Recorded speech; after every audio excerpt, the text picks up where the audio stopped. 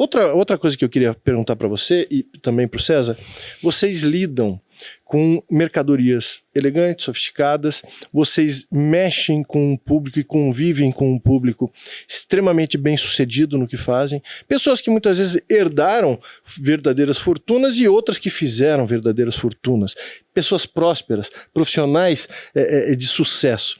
Agora eu vou colocar vocês aqui numa enrascada. Qual é o segredo do sucesso? Vocês convivendo, e vocês são pessoas muito bem-sucedidas, convivendo com essas pessoas que movimentam a economia de países grandes aí, como Brasil, Nicarágua, Suíça, conhecendo pessoas célebres aí no mundo todo. Quem está nos assistindo agora quer saber qual é a característica ou as características principais de uma pessoa bem-sucedida. Carlos, e depois quero ouvir você, César. Bom, eu acho que é a persistência, né? Eu acho que você acreditar nos seus valores, nos seus ideais e lutar por eles independente, né, do que acontece. Por exemplo, esse nosso cliente que tem uma fábrica de charutos na Nicarágua, que mora em Miami, ele conta que ele começou a fazer charutos na garagem realmente da casa dele, né? Quer dizer, e a gente ouve histórias também da área de informática, que as pessoas começaram na garagem. Apple, Microsoft, Disney. Ele também começou a fazer, junto com a família dele, tudo lá, 20, 30 anos atrás, na garagem, na casa dele, né? Não ter medo de começar pequeno, né? As pessoas querem já... Você vê, principalmente, nas gerações que estão saindo da faculdade hoje, o cara já quer começar ganhando milhões, o cara já quer começar com um negócio multimilionário. Você começa pequeno, você não tem que ter medo de começar pequeno, né? E você falou da persistência, né? Eu assisti um filme esses dias do Adam Sandler, que, por incrível que pareça, o Adam Sandler é um comediante, né, no geral, assim, mas o filme dele sobre basquete não tem nada de comédia, é um filme recente que saiu. Já assisti, como é o nome desse filme? Eu não vou lembrar agora, o último arremesso final, arremesso não sei das quantas. Eu sei que é um filme muito interessante, que ele tem uma frase muito forte que tem a ver com o que você disse. Obstinação vence o talento sempre.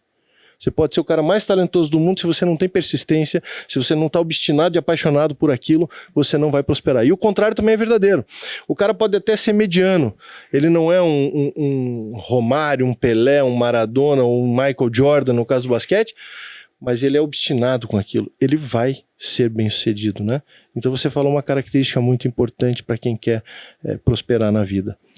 A Watch Seller, né, começou assim, né, com um produto que é pegar relógio, girar relógio, mas peraí, precisa disso, muita gente pensa que é só a bateria, essas coisas, né, então é um produto nicho, né, mas a gente foi desenvolvendo o negócio e mostrando para os clientes, né, as vantagens, as características que são importantes, os benefícios que você tem para ter um equipamento como esse, né, acompanhando também o aumento, né, do mercado de alta relojoaria, né, em grande parte também pelo excelente trabalho feito pelo César, né, com a divulgação com o site, né, o Relógios e Relógios, tudo que a gente tem essa parceria.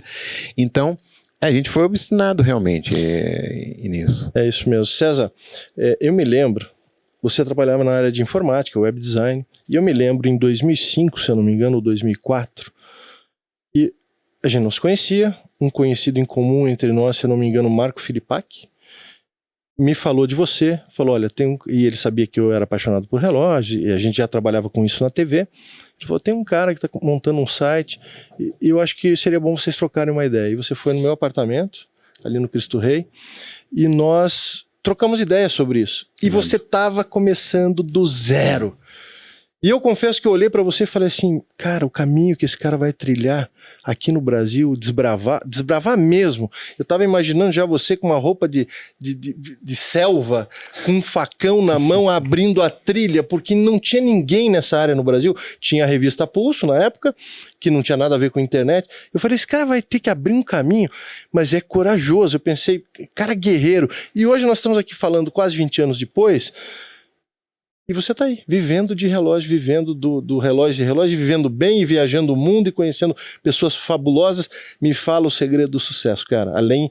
Eu quero outra coisa, além da obstinação e da persistência, eu sei que isso você tem e você valoriza. Que outra característica a gente pode destacar aqui para quem está nos assistindo e quer começar um bom negócio, quer começar a empreender, está cansado do seu emprego, está pensando em empreender? O que você vai precisar além de obstinação e talento?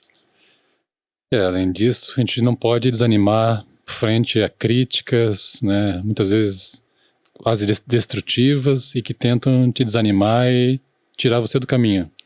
No começo, quando eu comecei a partir atrás de parcerias, eu cheguei a escutar de uma pessoa até aqui de Curitiba, quando eu falei, porque no Brasil não existe nenhum site ainda profissional sobre relojaria. Uhum. Ele me disse, mas se não existe é porque não existe a necessidade de ter um site como esse, né? Você veja que cabeça pequena, né? Nada contra, nem conheço, não sei quem é, mas é o contrário do que pensa um empreendedor, né? Sim. Puxa, não tem, vou desbravar, é um mercado lindo e virgem para mim. Né? Agora, se você olha e pensa, se não tem é porque não vale a pena. Não tem porque ninguém tentou, né? Tá aí você para provar. Eu nunca esqueço disso, que me serviu de uma motivação extra, né? Para persistir, para provar que ele estava errado. Eu acredito que muito, ontem eu estava falando inclusive com o Kleber, que é da confraria aqui do relógio, que é o nosso dono da produtora, dono desse espaço aqui. A gente saiu do jantar ontem, eu estava conversando com ele falando, eu tinha um patrão, você conheceu lá, o dono do 1001 Noites, que foi o primeiro programa de venda pela TV. Não é venda de relógio ou de joia, de venda, não existia nada de vendas na TV. Em 1994 ele começou, instalou o primeiro uplink digital do sul do país, aqui no final da década de 90. E ele era um cara fantástico, infelizmente já falecido, saudoso, Nuri Caluf, um cara que foi um pai para mim, um cara que eu admiro até hoje. Ele não estava nem aí para o que pensavam dele. Eu acho que um dos segredos do sucesso é você não se importar com o que falam de você. Porque realmente isso é irrelevante. Você tem que se importar com o que o teu cliente pensa a respeito do teu produto, do teu serviço. Tem que olhar para o negócio com a visão, com a empatia necessária para enxergar com os olhos do cliente. Mas se você for pensar com o que o teu concorrente vai falar, com o que o mercado vai dizer, com o que a tua tia, o teu primo, o teu amigo de infância vai pensar de você, se você for para esse... Ninguém sucede bem, né? Dessa forma, César. Eu também escutei muito, né, até de marcas de relógio no começo, como a gente comentou já, que é uma época que algumas marcas nem tinham site ainda, a internet estava engatinhando, e as marcas viam muitas vezes um site na internet como um veículo para se vender relógios falsificados. Então você tinha que demonstrar muita seriedade, que você realmente, a tua ideia era promover a relojaria de forma, né, conscientes, mostrando apenas produtos originais. Hoje em dia é até difícil imaginar isso, mas realmente as marcas tinham essa preocupação, né? A internet era vista como uma terra sem lei, uma terra né? sem lei, realmente. Um negócio que só prospera o malandro. Sim. Existia esse preconceito na época? Existia.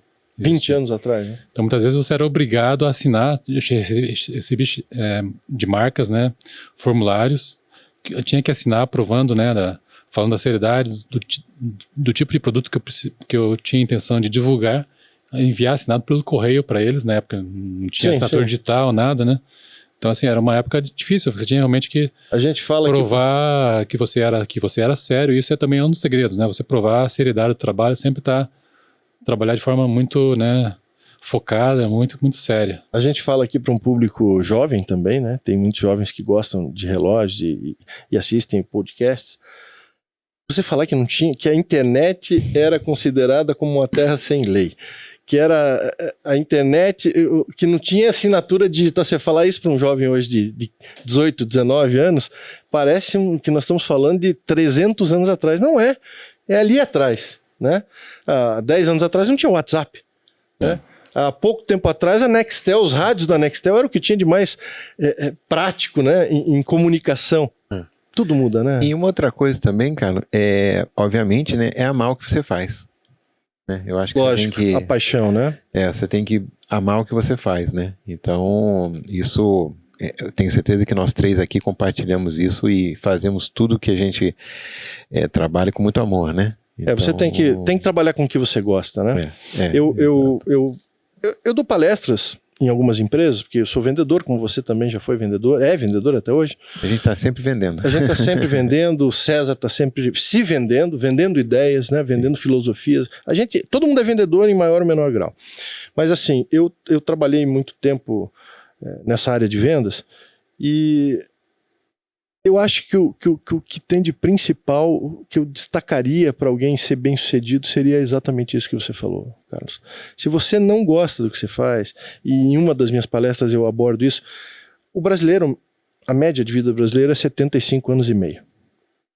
Se você considerar que você passa 8 horas por dia dentro do teu trabalho, e que você vai se aposentar Hoje em dia, se você tiver sorte, você vai se aposentar.